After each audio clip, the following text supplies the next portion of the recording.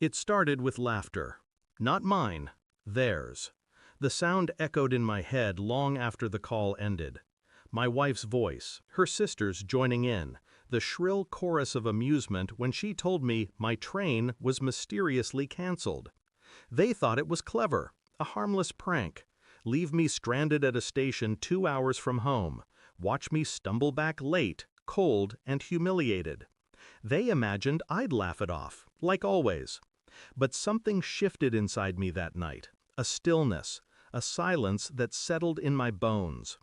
I remember standing on that empty platform, staring at the flickering board announcing my canceled departure, realizing the truth. I wasn't family. I was entertainment. The phone buzzed again. Her message, "Don't be mad, baby. You'll forgive us. You always do." I didn't reply. I just watched the screen dim, reflecting my own face, a mask, hollow, tired of being the joke. That was the moment the decision formed. Quiet, surgical, not rage, not tears, just a single thought: never again. At home, the scene replayed. They sat together in the living room when I arrived. My wife, her sisters, their wine glasses raised like a jury celebrating its own verdict. They looked at me, grinning, waiting for the punchline to land. "Lighten up," one of them said. "It was funny." I forced a smile, the same smile I'd worn for years, masking the sting, burying the ache. That smile was my prison.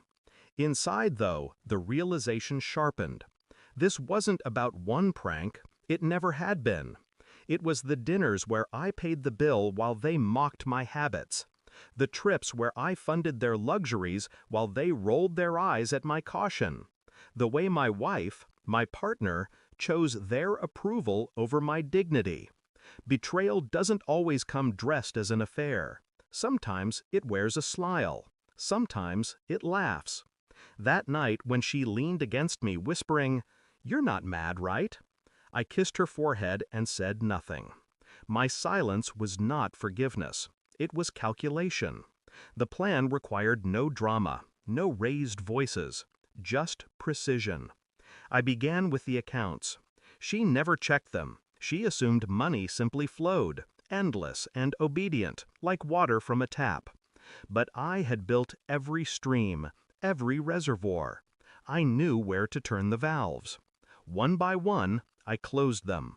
Her credit cards, suspended. Her sister's allowances, terminated. Joint accounts, redirected. I did it quietly, methodically, each keystroke erasing years of their entitlement. Outwardly, I remained unchanged. I kissed her goodbye in the mornings, I nodded at their chatter over dinner, but internally, I was dismantling their scaffolding, brick by brick, until nothing remained to hold them upright. They laughed still, oblivious, but their laughter only fueled the patience that kept me steady. Every smile I gave was a scalpel, every silence a cut. The first crack appeared on a Tuesday. Her card was declined at a boutique. She came home flustered, annoyed. "Can you fix this?" she asked, as though I were customer support, not her husband. "I'll look into it," I said, calm, detached. Then her sisters called, one after another, voices sharp, panicked. "What happened to the transfer? Why's the account empty?" I listened, silent. I let their fear bloom. When my wife finally cornered me, eyes wide, voice trembling, I handed her the statement. A single sheet of paper, empty balances staring back at her. Her face paled. You cut us off?" I said nothing. She searched my expression, desperate for warmth, for the old forgiveness. She found nothing, just the cold surface of a man who had stopped playing his part. That night, silence filled the house like smoke. She tried again, voice breaking. "It was just a joke. We didn't mean—" I raised a hand, just enough to quiet her. "You thought I'd laugh," I said softly, like always, "but you never noticed the difference between laughter and tolerance." Her tears came then, hot and frantic. The sisters called again, pleading, demanding. I ignored them. I didn't shout, I didn't curse. I simply watched her crumble under the weight of absence. The absence of support, the absence of control, the absence of the man she thought would always forgive. The silence was louder than any revenge. Priceless. I slept peacefully that night. For the first time in years, my mind was quiet. Not because I had won, because I had finally stopped playing. They had mistaken my kindness for weakness, my forgiveness for blindness. But now they saw the truth. I was neither weak nor blind.